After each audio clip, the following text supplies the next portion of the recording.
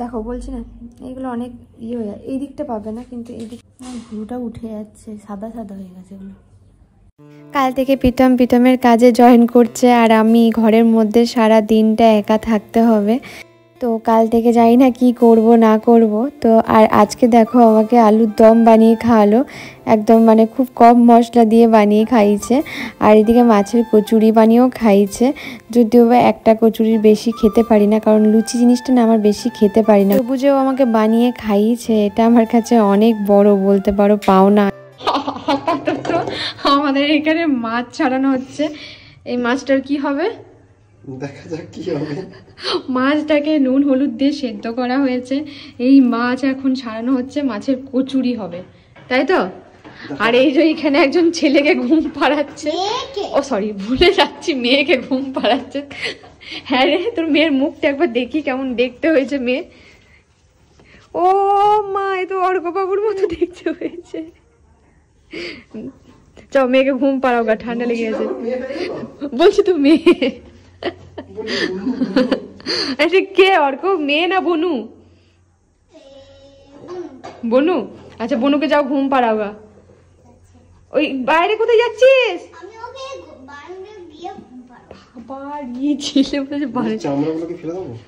সব দাও, সব কি করে চিটে গেছে সব। ওইটা ঘুমিয়ে খুন্তি দিয়ে করা যাবে। তো মাছটা এখানে ছাড়ানো হচ্ছে, ছাড়ানো হোক, তারপরে তোমাদেরকে দেখাচ্ছি রেসিপি। যেটা তোমার সাথে কাটানো কি দেবো সব শুনতে পাই তো, বাবা তোকে ইচ্ছা করে বলে যাতে শুনতে পাস তুই, বুঝলি তো? দেখো মেয়ে, মেয়ে কত বড় হয়ে গেছে ছেলের আমার। বালিশের কভারটাকে নিয়ে পিঙ্ক কালারে।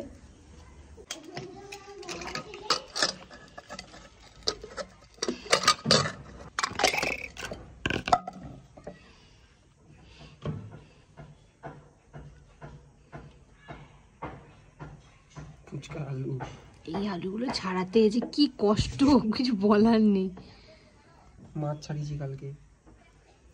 তোমার মতো স্বামী পাওয়া ভাগ্যের ব্যাপার, অনেক কপাল করে আসলে তোমার মতো স্বামী পাওয়া যায়। आलू आलू का चालू बेटा कहाँ गए थे, बैंगन की टोकरे में सो रहे थे, बैंगन ले लात मारे रो रहे थे। এদিকে একজন ওইদিকে প্রচুর চেষ্টা করছে, ঠিক আছে জানলা লাগানোর। কোথায় উঠে গেছে প্রীতম, পড়লে মাথা পাতা ফেটে যাবে। দেখো নাম, নিচেতে নাম, নিচে নাম। সিরিয়াসলি গো, আমি যদি পড়েছিস আর কম সত্যি বলছি, আমি কিন্তু ডাক্তারের কাছে নিয়ে যাবোই না, দেখে নে। আমি যাবো না, সত্যি যাবো না। তুই নাম ওখান থেকে, তোকে লাগাতে হবে না, তুই নাম, তুই নাম। আমি তোকে বললাম চেয়ার নিয়ে কি করতে, তোকে আমি ওখানে উঠতে বলেছি। ঠিক আছে, কাল থেকে এইরকম সময় ও এখন অফিসে কাজে থাকবে, আর আমি ঘরে একা বসে থাকবো। মানে বলতে পারো ভয়েস ওভারটা যে দিচ্ছি, আমি এখন ঘরে একাই বসেই আছি, অর্ক ওইদিকে খেলছে। আর না ভালো লাগছে না মন মেজাজ, আসলে অনেক দিন বাড়িতে ছিল তো। একটা মানুষ একভাবে থাকতে থাকতে যদি হুট করে মানে কাজে চলে যায় বা কোথাও যায় না, তখন একটা মানে অভ্যেসের মানে বলে না বাইরে চলে যায়, কিন্তু কিছু করার নেই, কাজে তোকে যেতেই হবে। ও আমাকে বলেছিল বৃষ্টি তোর যখন একটু শরীরটা ঠিক হয়ে যাবে আমি কিন্তু কাজে জয়েন করে নেবো, কারণ প্রীতম এমন একটা মানুষ যে ঘরে বসে থাকতে ভালোবাসে না। ও এতদিন ঘরে ছিল, প্রতিটা মুহূর্তে না নিজেকে কাজের মধ্যে আজকে যে মানুষগুলোর জন্য আমি করছি সেই মানুষগুলো কিছুটা হলেও তো আমার খারাপ সময়ে পাশে দাঁড়াবে, কিন্তু না এখন মানে বুঝে গেছি জিনিসটা।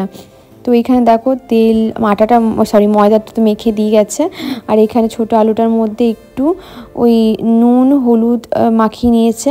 আর দেখো কারি পাতা দিতে গিয়ে কি অবস্থা, বলে দিয়েছিলাম যে কারি পাতা দিচ্ছ তো একটু সাবধানে দেবে, কিন্তু ওই যে ভাবেনি যে এতটা জোরে ফুটবে, কারি পাতা দিলে একটু ফোটে। সর্ষে কারি পাতা ফোড়ন দিয়েছে, আলুগুলোকে একটু ভেজে নিচ্ছে। দেখো এই তেলের মধ্যে আলুর দমটা হবে, দেখলে কতটুকু তেল দেওয়া হয়েছিল। এই আলুর দমটা কম তেলেই দারুণ লাগে খেতে। আলুটাকে সুন্দর করে ভেজে নেওয়া হচ্ছে খড়া খড়া করে। তারপরে দেখো এর মধ্যে আদা একটু জিরে বাটা দেওয়া হয়েছে, একটু নিরামিষ এটা। আর এর মধ্যে দেওয়া হলো টমেটো পেস্ট, হ্যাঁ অনেকটা পরিমাণ টমেটো পেস্ট দেওয়া হয়। তো এর মধ্যে টমেটো আর এলাচ দেওয়া হয়েছে। তো এটাকে দিয়ে এবার লো ফ্লেমে এটাকে কষাতে হবে। আর এখানে মটরশুঁটি আর একটু পনির ছিল ফ্রিজে, তো পনিরটাও দিয়ে দিয়েছে। তো দেখো এখানে ভালো করে মিক্স করে নিচ্ছে, দেন একটু জল দিয়ে ফুটিয়ে এটাকে নামিয়ে নেবে। তো খেতে ভালো হয়েছিল জানো তো, তরকারিটা খুবই ভালো হয়েছিল খেতে। তো বাবা মাকে একটুখানি দিতে যাওয়ার কথা ছিল, প্রীতম বলেছিল যেদিনকে মাছের কচুরি বানাবো সেদিনকে বাবাকে টেস্ট করাবো, কিন্তু ব্যাপারটা বলি কি হয়েছে, একটু মানে অন্যদিকে চলে গেছে। তো এই যে আলুর তরকারিটা এখানে নেমে গেছে, পনির আলুর তরকারিটা। এবারে এখন বানানো হবে মাছের পুরটা। এই যে পেঁয়াজ কুচি দেখতে পাচ্ছ আর আদা যেটা হয় সেটাকে দিয়ে এখানে ভালো করে ওইখানে চপ করে নিচ্ছে, দেখতে পাচ্ছ চপারে দিয়ে পরে। আর আদাটা দেবে, আদাটাতে এত সুন্দর টেস্ট হয়েছিল কিছু বলার নেই। আমি একটাই খেয়েছিলাম কিন্তু বিশ্বাস করো আমার সারা জীবন মুখে লেগে থাকবে, খুব ভালো খেতে হয়েছিল। যদিও বা আরেকটা খেতে ইচ্ছা করছিল কিন্তু প্রীতম দেয়নি, কারণ যেহেতু ময়দার ছিল জিনিসটা সেই কারণে, আর শীতকাল তো ওই কারণে বলে একটাই দিতে। ও তারপরে দেখো তেলের মধ্যে পেঁয়াজ কুচি আর আদাটা দিয়ে পরে একটু জিরে বাটা দিয়েছিল, জিরে বাটা আদা রসুন বাটা দিয়েছিল। দেন মাছটাকে ভালো করে ছাড়িয়ে রেখেছিল, সেই মাছটাকে দিয়ে একটুখানি লাস্টে একটু ছাতু দিয়ে ভালো করে দেখো মিক্স করে নিল। নুন মিষ্টি তোমাদের মতো, ভাজা মশলা উপর থেকে দিতে পারলে খুবই ভালো। আর এখানে আমি না ওকে হেল্প করছিলাম, তার কারণটা এখানেই বলি। ওকে না আমি হেল্প করে দিচ্ছিলাম কারণ ওর এদিকে ফোনও চলে এসেছিলো। যাই হোক, তো ওইদিকে যেহেতু ফোনে মিটিং হচ্ছিলো তাই আমি না ওকে একটুখানি তাড়াতাড়ি করে এইগুলো কেটে দিচ্ছিলাম। যতটা তাড়াতাড়ি এখানে দেখানো হচ্ছে ততটা তাড়াতাড়িও পারছিলাম না, জানো তো কাজে কাজে থাকলে না সব ঠিক আছে, কাজের বাইরে চলে গেলে আবার প্রবলেম আছে। মানে যেটা এখন আমি ফেস করছি, কোনো কাজই আর তাড়াহুড়ো করে করতে পারি না। আর হ্যাঁ, মানে ভীষণ নার্ভাস হয়ে যাচ্ছি রান্নাঘরে রান্না করতে গেলে, জানো মানে নুন হলুদ এই জিনিসগুলো ভীষণ নার্ভাস হয়ে যাচ্ছি, একটা জিনিসই বারবার করে রিপিট করে ফেলছি। মানে বুঝতে পারছি এগুলো সমস্যাগুলো হচ্ছে, তো আমার খারাপ লাগে না জানো তো। আগে খারাপ লাগতো যে কেন এই সমস্যাগুলো হচ্ছে, ওই হচ্ছে, কিন্তু এখন একটা জিনিস জানি যে আমার মাকে দেখি তো, মা ও নানা রকম ওষুধ খাওয়ার পর মায়ের তো এখনও ওষুধের মধ্যেই রয়েছে, তো ওষুধের অনেক রকম সাইড এফেক্ট হয় গো। তো হতে পারে আমারও তো প্রচুর ওষুধ চলেছে, তো সেই কারণে আমারও কিছু সাইড এফেক্ট হচ্ছে। তো ওই কারণে প্রীতম আমাকে বলে যে ঠিক আছে আস্তে আস্তেই কর না, তবু করা। তো এখানে আমি দেখো পুরগুলোকে ভরে ভরে দিচ্ছিলাম, কারণ ও তো পুরগুলো ভরতে পারবে না সেই কারণে। আর প্রীতম না বিলতেও পারবে না, কারণ ওর না মানে ওই পুরগুলো ফেটে বেরিয়ে যাবে সেই কারণে। তো এইখানে অর্ক আবার হঠাৎ করে আমার কাছে বলছে, মা আমার জন্য 4টে লুচি তুমি নিজে বানিয়ে দাও, তারপরে বাবা বানাক। মানে ও না ও মাঝে মাঝে আবদার করে গো আমার হাতে খাবার জন্য। তো দেখো এখানে আমি মানে খুব ভয়েই করছিলাম, কারণ অনেকটা তেল ছিল তো, আর খুব সুন্দর ফুলেছিল। তো দেখো খুব সুন্দর বেশ ফুলছে কচুরিগুলো। আর হ্যাঁ সত্যি খেতে খুব ভালো হয়েছিল, পুরটা এত সুন্দর বানিয়েছিল না, এই দেখো কি সুন্দর ফুলেছে। তো এই যে দেখো ওখানে আমি অর্ককে বানিয়ে দিচ্ছিলাম, তো বানাতে বানাতে তখন প্রীতম ওইদিকে মিটিংয়ে ছিল, তো বানাতে বানাতে 4টে বলেছিল, আমি 6টা না 7টা বানিয়ে দিয়েছিলাম, বাকিগুলো প্রীতমই করেছিল। কিন্তু হ্যাঁ প্রীতম বিলে করতে গেছিলো তো একটু ফেটে বেরিয়ে গেছিলো, যে কারণে আমি আর বাবাদেরকে দিতে পারিনি, মানে তেলের মধ্যে পুরো হয়ে গেছিলো। ও যে বললাম না বিলতে পারবে না ও, আমি এই যে বিলে দিচ্ছিলাম ওদেরকে, দেখো পাশ থেকে এসে আবার ওই যে বিলতে গেছে দেখো। তারপর আমি বললাম যে ওইটা ময়দা দিয়ে বিললে হবে না, শুকনো ময়দা দিয়ে বিল ছিল তো, ও শুকনো ময়দা দিয়ে বিললেই ভালো করতো, তাহলে কি বলতো ফেটে বেরোতো না। আর ওইদিকে আমি আবার তেল দিয়ে বলতে গেছি, তো তেল দিয়ে ওই যে বিলতে গেছে বলে ফেটে ফেটে সব বেরিয়ে যাচ্ছিলো। এই যে দেখো এটা যেমন কি ফুললোই না, তো এরকম হচ্ছিল প্রবলেম। কাল থেকে এই দিকটা পুরোটা আমাকে সামলাতে হবে, কারণ ও তো সকালবেলায় খাওয়া দাওয়া করে চলে যাবে, তারপরে সেই হয়তো আবার পরে আসবে রাতে। তো এই যে দেখো এখানে ভাজা হয়ে গেছে, কিছু ফেটে বেরিয়ে গেছিলো আর কিছু ঠিক ছিল। আর এই যে তরকারিটা খুব ভালো খেতে। আর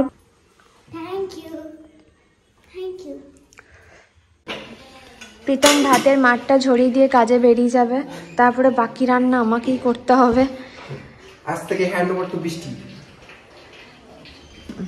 এই যে ভাতের মাঠটা ঝরাতে এখনো অসুবিধা হয় তো, ভারী জিনিসটা, সেই কারণে ভাতের মাঠটা ঝরিয়ে দিচ্ছে।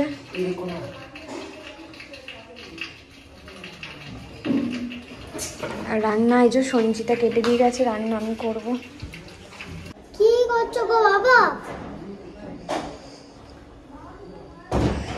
দাঁড়া বলবি না,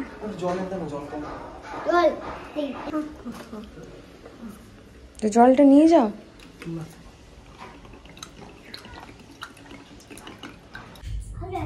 কতদিন পর কাজে বেরোলো প্রীতম, মানে অনেক দিন পর কাজে বেরোলো। সেই মনে হয় 5 মাস হতে গেল কাজে বেরোয়নি, প্রায় ছিল ঘরে। এবার কি বলো তো, আমার মনটা খারাপ লাগছে, বাড়িতে একা থাকি না তো, বাড়িতে একা রয়েছি, ভাল লাগছে না। পুরো দিনটা কিভাবে কাটাবো সেটাই ভাবছি, দেখা যাক। প্রীতম ভাত করে দিয়ে গেছে আর আমি একটু আলু কেটে দিয়েছে মা। দেখি আস্তে আস্তে করব, কারণ করতে হবে, কিছু করার নেই। বলছিল রান্না করে দিয়ে যাচ্ছি সকালবেলায়, কিন্তু সকালবেলায় উঠে সব কাজ করলো, মানে সব কাজ বলতে ঠাকুরের এগুলো করলো, তারপরে অর্ককেও পড়তে বসাচ্ছে, ভাত চাপাচ্ছে, টিফিন রেডি করে দিচ্ছে। আর কত করবে বলো, একটা মানুষ, বাইরেও তো যেতে হবে তাকে কাজে। তো আমি বললাম যে না, আমি আস্তে আস্তে রান্নাটা করব, মাস্ক পরেই করব, মাস্ক ছাড়া রান্না করব না। তো আস্তে আস্তে করি। ভাল লাগছে না, মেন হচ্ছে ভাল লাগছে না। অর্ক খেলছে, এখন একটুখানি খেলুক। আর সেই আগে যেমন কি সারাদিন কাজ করতাম, টাইম পেরিয়ে যেত, এখন তো সেটাও না। মানে যে কাজ করব টাইম পেরিয়ে যাবে সেমনটাও না। এখন তো আমাকে প্রীতম বারবার করে বলে গেছে যেন বাড়িতে থাকছি না, যেন উশৃঙ্গের মতো যেন এদিক ওদিক না ঝাঁপায়, একটু সাবধানে চলাফেরা করি, এই আর কি। ভুরুটা উঠে যাচ্ছে, সাদা সাদা হয়ে গেছে এগুলো।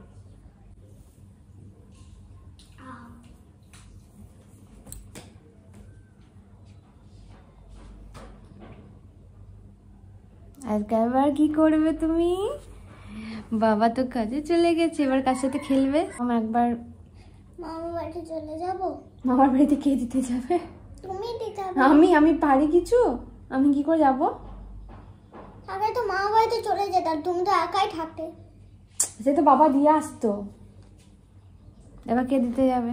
এবার তো দেওয়া আবার। ঠিক আছে, দুপুর বেলায় যখন হবে তখন একটু ক্রিকেট খেলবে। কার সাথে খেলবি? তোমার সাথে? আমার সাথে? ঠিক আছে, খেলবো। যদি তুই ছক্কা মারতে পারি না, তাহলে তাকে একটা আইসক্রিম। আমি না কানের কথা নিতে পারি না, খুব সুরসুরি লাগে।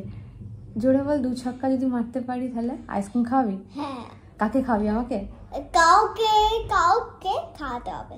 তোমাকে খাওয়াতে হবে নাকি মা তো খাওয়াতে হবে, নাকি আমাকে খাওয়াতে হবে টাকা দিয়ে? ও বাবা, দেখো বলছি না, এইগুলো অনেক ইয়ে হয়ে যায়। এই দিকটা পাবে না, কিন্তু এই দিকটা। চলো আস্তে আস্তে রান্না করি। দেখা কি ছোটবেলায় দেখেছো, এটা স্নোটে থাকে, বলো নামটা কি, কমেন্টে জানিও। প্রীতম বলছে কাজে ঢুকি, আস্তে আস্তে দেখি একটা EMI এর টিভি নেবো, যাতে তোর একটুখানি টিভি ফিভি দেখলে একটু মনটা ভালো থাকে। অর্করও তো সারাদিন ঘরে, একটু টিভি দেখলে মনটা। মেন ব্যাপার আমি ফোনই দেখি না, তো টিভি তো অনেক দূরের কথা, আমার ভালো লাগে না। আর ফোন টিভি এই জিনিসগুলোতে, মানে মাঝে যখন আমার এই প্রবলেমগুলো হচ্ছিল না, টিভি ফোন এগুলো থেকে, টিভি না ফোন থেকে তো পুরোপুরি আলাদা থাকতে বলেছিল, তো তখন থেকে স্টোরেজটা ফুল হয়ে গেছিলো। তো সেই নেশাটা না পুরোপুরিভাবে কেটে গেছে এই মুহূর্তে দাঁড়িয়ে।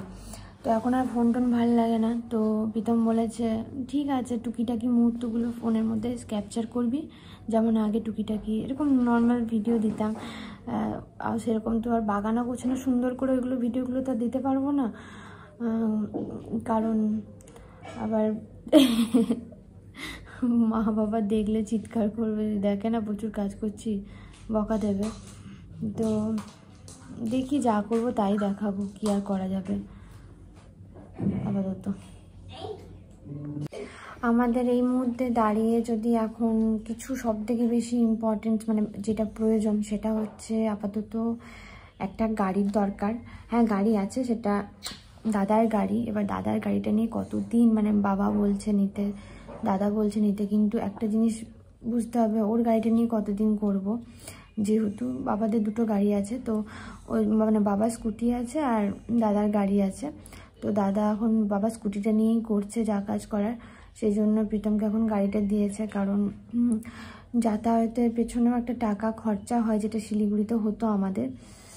আর এই মুহূর্তে দাঁড়িয়ে গাড়ি কিনবো না, বাবা বলছিল নেওয়ার জন্য, কিন্তু না, আমরা নিজেদের জার্নিটা যখন নিজেদের চেষ্টায় শুরু, মানে জীবনটা যখন দুজন সিদ্ধান্তে শুরু করেছি, তাই প্রতিটা বাড়ির সংসারের জিনিসপত্র আমরা নিজেদের চেষ্টাই করব, এটা দুজনেই ভেবেছিলাম। তো যখন নেবার ক্ষমতা হবে তখন নেব গাড়িটা। তো এই মুহূর্তে দাঁড়িয়ে এখন আমার চ্যাপ্টারটা আগে একটুখানি, শরীর খারাপের চ্যাপ্টারটা আগে একটুখানি হোক, তারপরে মানে এটা আগে ঠিক হোক, তারপরে দেখা যাক। গাড়ি তো নিতেই হবে, গাড়ি নিতে হবে একটা। আর বিটম বলে আস্তে আস্তে সব করে নেবো, কাজে যখন ঢোকা হয়েছে তখন আস্তে আস্তে হয়ে যাবে সব কিছু। আগে যেমন কি ওই স্যালারিতে ওই স্যালারি থেকে যদি এত কিছু করতে পারি, মানে একটা কথা ঠিক, তখন কিন্তু আমাদের ইউটিউব থেকে এত কিছু ইনকাম ছিল না। তখন যদি একে অপরের উপর ভরসা করে মানে এত কিছু করতে পারি, মানে মাথায় একটা ভাড়া বাড়ি, হ্যাঁ তখন ভাড়াটাও কম ছিল, বাড়ি ভাড়াটা। এখন সময় অনুপাতে দেখবে মানে আস্তে আস্তে মানুষ তো যত একটু থেকে একটু পরিস্থিতি ভালো থাকলে একটু করে চাইবে যে নিজেদের পরিস্থিতিটা একটুখানি ঠিক হোক। তো সব কিছু মোটামুটি যাচ্ছে, খারাপ যাচ্ছে একদমই না। আবার একটা কথা ঠিক, আমরা মানে কি বলতে গেলে মানে কোনো সময় প্রীতম বলো আমি বলো কোনো সময় না ভেঙে পড়িনি কোনো কিছুর জন্যই না। আমি যদি কোনো সময় ভেঙে পড়েছি, প্রীতম আমাকে সাহস দিয়েছে। আর প্রীতম যদি কোনো সময় মানে ভেঙে পড়েছে, মনে করেছে যে না কি করবো না, তখন হয়তো আমি অর্ক গিয়ে সাহস দিয়েছি। এটাই হলো মেন কথা, মানে ভেঙে পড়িনি। যখনই কেউ ভেঙে পড়ি তখনই কেউ হাতটা ধরে আমরা তুলেছি একে অপরকে, তো হয়ে যাবে। মেন কথা হচ্ছে আমাদের দুজনের মধ্যেই ইচ্ছাটা আছে যে সংসারটা করব, সংসারটাকে সুন্দর করে সাজাবো, অন্য ফালতু দিকে টাকা ইনভেস্ট করব না। তো ওই জিনিসটা আমাদের দুজনকার মধ্যেই আছে। তো দেখা যাক, চেষ্টা দুজনের আছে, ভগবান মাথার উপরে আছে, আশা করছি সব ঠিক হয়ে যাবে। তো অত চিন্তা করি না, কারণ আমি যখন শিলিগুড়িতে শরীর খারাপ হয়েছিল না, সত্যি তোমাদেরকে একটা কথা বলি, আমি না মাথায় হাত দিয়েছিলাম ট্রিটমেন্টের খরচাটা কোথার থেকে আসবে। অনেস্টলি বলছি, প্রচুর মানে আমার খুব টেনশন ঢুকে গেছিলো। ওই যে উপরে মাথার উপর ভগবান আছে বলে না, মানে একটা পথ বন্ধ হয়ে গেলে না আরেকটা পথ ঠিক খুলে দেয়। তখন প্রীতম কাজও বন্ধ করে দিয়েছিল, কারণ ওই মুহূর্তে কাজে গেলে আমাকে দেখবেটা কে। তো আমি তখন ভাবতাম যে সরকারিতে যখন ভর্তি করেছিল হসপিটালে আমাকে, তখন আমি না ভাবছিলাম, মানে আমাকে ওখানকারই বলছিল, ডক্টর বলেছিল যে প্রাইভেটে কোনো ভালো ডক্টর মানে হসপিটালে অ্যাডমিট করার জন্য। তো সেই মুহূর্তে আমি আর প্রীতম দুজনে ভাবছি যে টাকাটা কোথায় পাবো, ভর্তি তো হয়ে যাব, কিন্তু সরকারিতে কি আর প্রাইভেটে দুটোর মধ্যে তফাৎ, হিউজ ডিফারেন্স। তো তখন একটু ভয় পেয়েছিলাম, কিন্তু ওই যে ওপরে একজন বসে আছে, ঠিক রাস্তা দেখিয়ে দেয় যে এইভাবে এই কর, ব্যাস এইটুকুখানি। উপরে এখনও ওই বলছি তো সব কিছু ছেড়ে দিয়েছি ওর উপরেই। হ্যাঁ, ভাঙার হলে ওই ভাঙবে, গড়ার হলে ওই গড়বে, ব্যাস এত কিছু ভাবি না, জানো তো, নিজেদের মতো করে রয়েছি, আবার কি, আর কিছু না।